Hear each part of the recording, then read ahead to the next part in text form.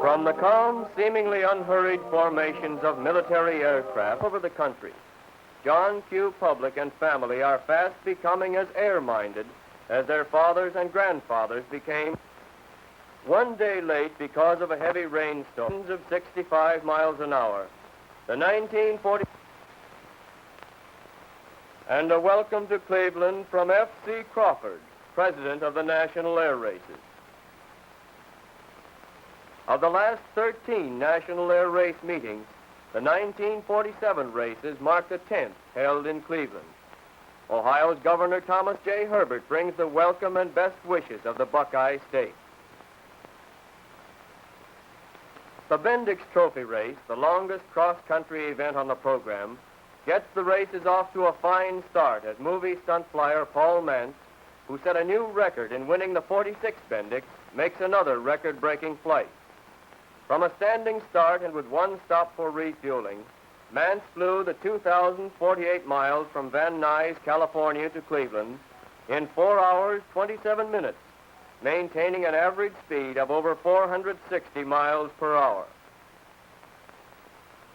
DeBona second and Lunken third joined Mance on the platform.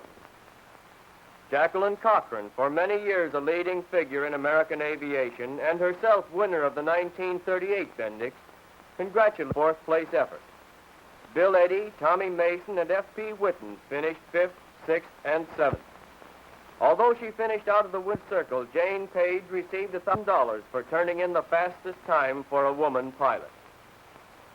Big Bill Odom, his backer Milton Reynolds, and the Bombshell, in which Odom set a new round-the-world mark of 72 hours, 5 minutes. Favorite, Odom was kept from starting by a fuel leak. Don't purposely try this until you've logged a lot of air hours. It's stunt flyer Jimmy Grenier's conception of what we humans look like when we're learning to fly.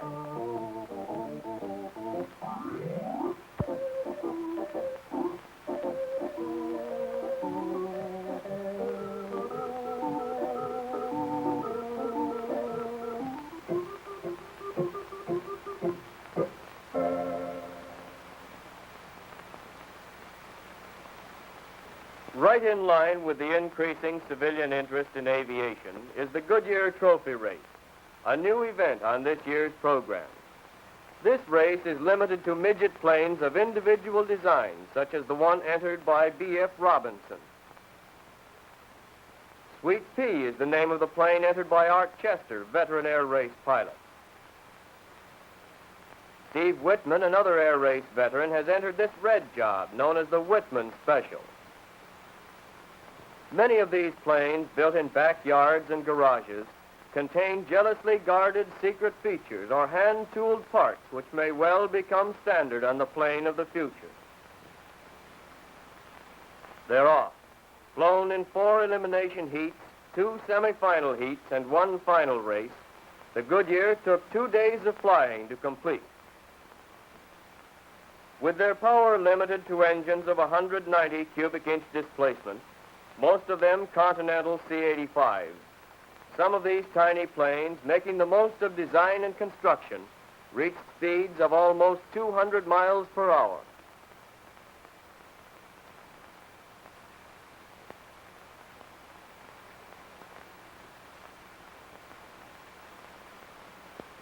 Crossing the finish line, Bill Brennan zooms off into the wild blue yonder, flying the Whitman Special to victory.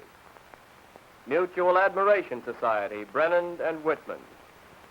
Goodyear President P.W. Litchfield awards Brennan the Goodyear Trophy.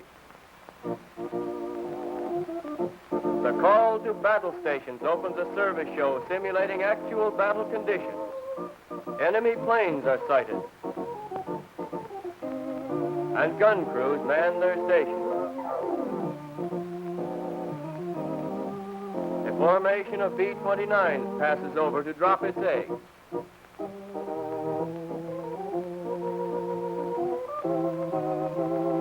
Too close for comfort.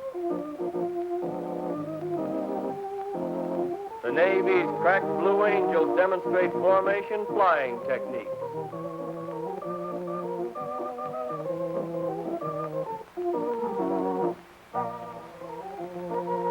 and airborne troops are dropped to consolidate the position.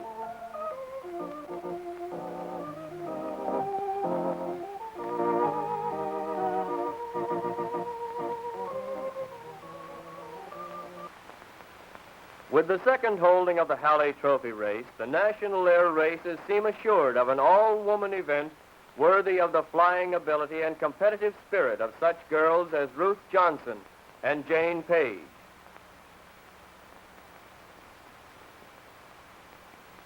At the starter's flag, Ruth Johnson takes the lead, cuts the first pylon close, and wings her way off on the first of 5 laps of the 15-mile quadrangular course, with Dory Marland in close pursuit. But luck, both good and bad, follows Dory Marland. Bad luck in a crack-up that eliminates her from the race, and good luck in that she is able to walk away from the wreck to fly another day.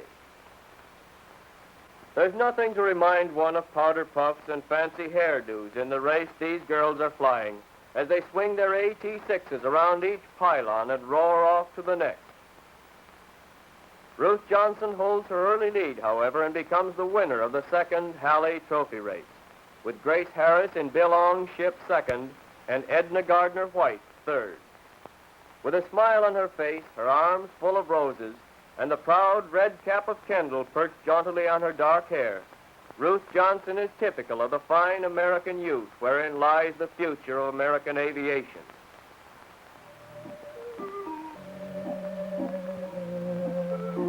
Sammy Mason makes stunting look easy, but experienced pilots will assure you that it takes great flying ability and split-second timing.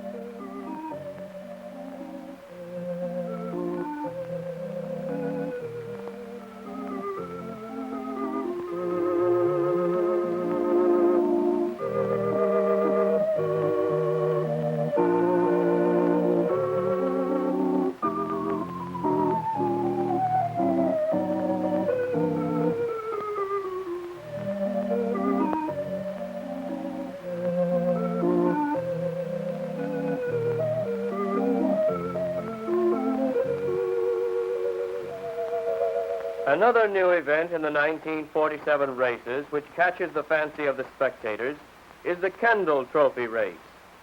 Sponsored by the Kendall Refining Company of Bradford, Pennsylvania, the Kendall Trophy race is limited to P-51 ships of identical design and is dedicated as a tribute to all World War II pilots, and especially to the thousands of young Americans who fought and won America's battles at the controls of P-51 Mustangs.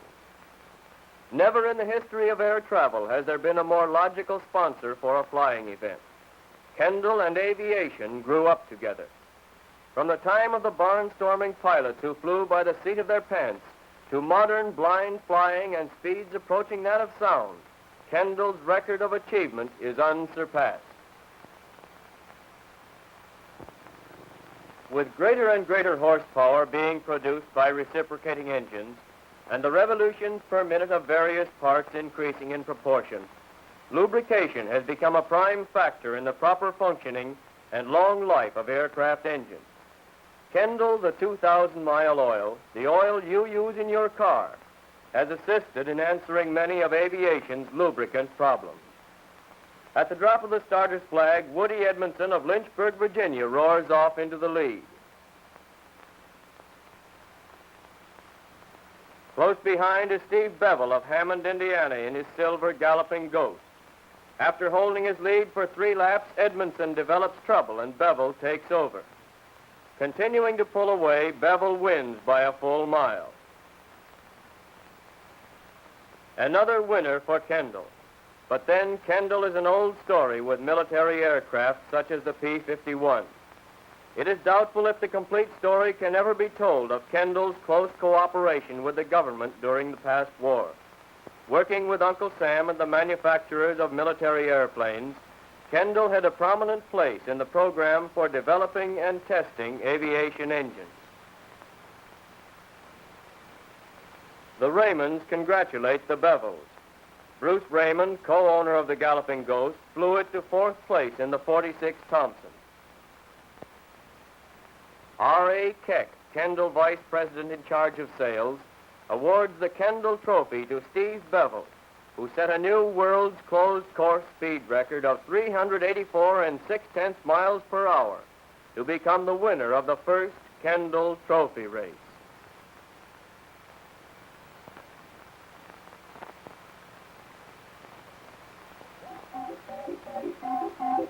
You call it, and the amazingly versatile helicopter will perform.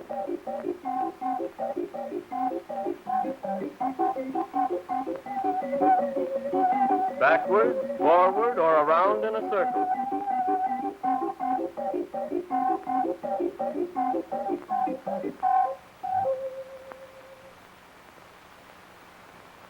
In 1947, for the first time, jet-propelled aircraft have a competitive racing event designed especially for them, the Allison Trophy Race.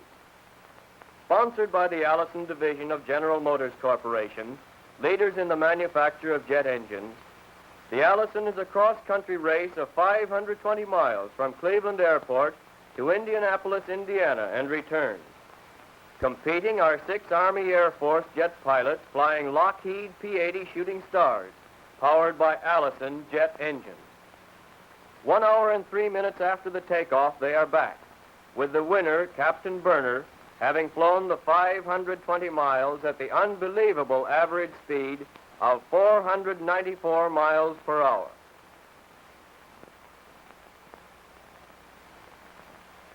The JATO, or Jet-Assisted Takeoff Unit, being demonstrated on the Navy's famous truculent turtle, gives promise of becoming standard equipment on commercial planes of the future. The tremendous auxiliary push given by the tiny portable unit will make possible the lifting of greater payloads and operation from smaller airports. Speed records continue to zoom upward as the Weatherhead Trophy, emblematic of the world's fastest mile, is awarded to Colonel Albert Boyd, Navy Commander Turner F. Caldwell, and Marine Major Marion Carl, who holds the present record of 650 6/10 miles per hour. This Ohio Trophy race featured planes of the most radical design of any now considered standard. Although unusual in design, the sensational Lockheed P-38 Lightning fighters made a tremendous contribution to the defeat of German and Japanese air power. The P-38, with its dual nacelles with the pilot's cockpit in the middle, looks alternately grotesque and graceful as it maneuvers and changes position against the sky. This Ohio became a one-man race as Tony Levere, Lockheed's chief engineering test pilot, takes the lead on the first lap, and at the finish is 2 miles ahead of the field. This Ohio established Tony's flame-red Lockheed Lightning as the class of the P-38, and himself as the best of the P-38 pilots here for the races. I'd look around, too, if I were going to try to fly that thing. But stuntman Dave Binns knows what he's doing and proves conclusively that the old pusher-type plane with a 65-horsepower engine really does fly.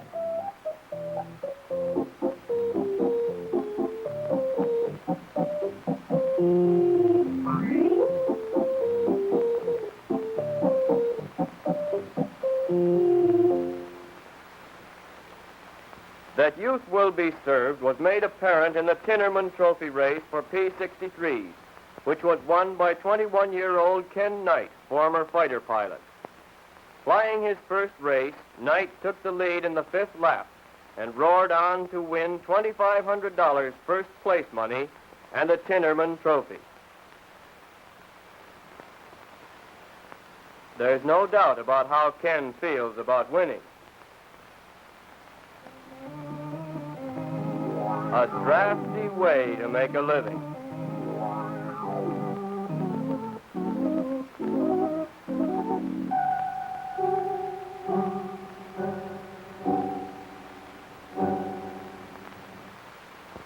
With the Thompson Trophy race attracting the fastest planes with reciprocating engines, it was only natural that with the advent of jet propulsion, Thompson Products should sponsor a jet division of the Thompson.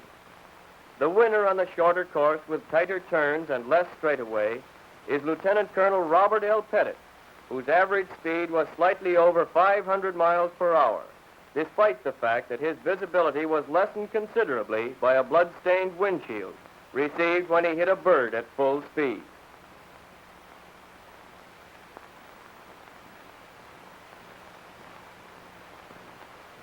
The Thompson Trophy race, the last on the program, has built a reputation as the wildest, toughest closed-course competition on both men and machines in the field of air racing. With qualifying speed the only limitation on entries, the Thompson attracts planes of all types. R.G. Puckett will fly one of the 4 Corsairs entered. Another Corsair, entered by Cook Cleland, will be flown by Dick Becker, chief mechanic at Cleland's Airport. The 46 Thompson winner, Cobra II, a P-63, gets a final polish.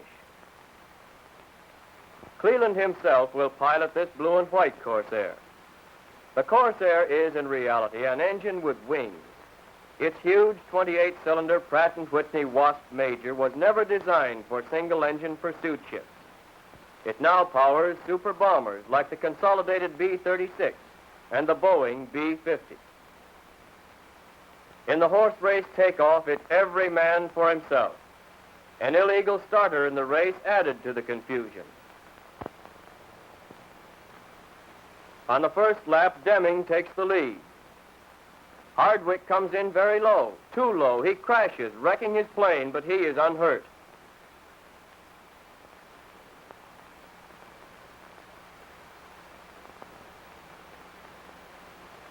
Levere's P-38 rounds the home pylon.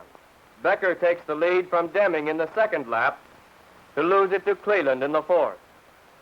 Penrose drops out in the sixth. On the 11th lap, Edmondson had to crash land when the engine of his plane exploded. Puckett, a late starter, loses fourth as Steve Bevel, Kendall winner, moves in. And the Thompson ends with Cleland first, Becker second with Cleland's second Corsair, and Deming, in last year's winner, third. A Cleveland boy, Cook Cleland, has won flying's toughest non-military closed-course race at the world record speed of 396 1/10 miles per hour.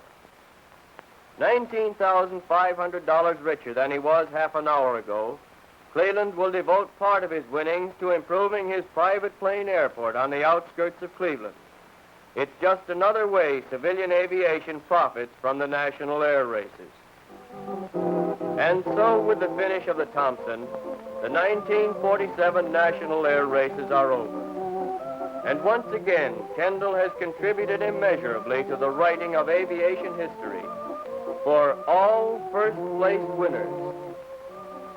Paul Mance, Bendix winner, Bill Brennan, Goodyear winner, Ruth Johnson, Halley winner, Steve Bevel, Kendall winner, Tony Levere in the Sohail, Ken Knight in the Tinnerman, and Cook Cleland in the Thompson. And 92% of all winners, Pylon dusters all, flew to glory and riches with Kendall, the 2,000-mile oil.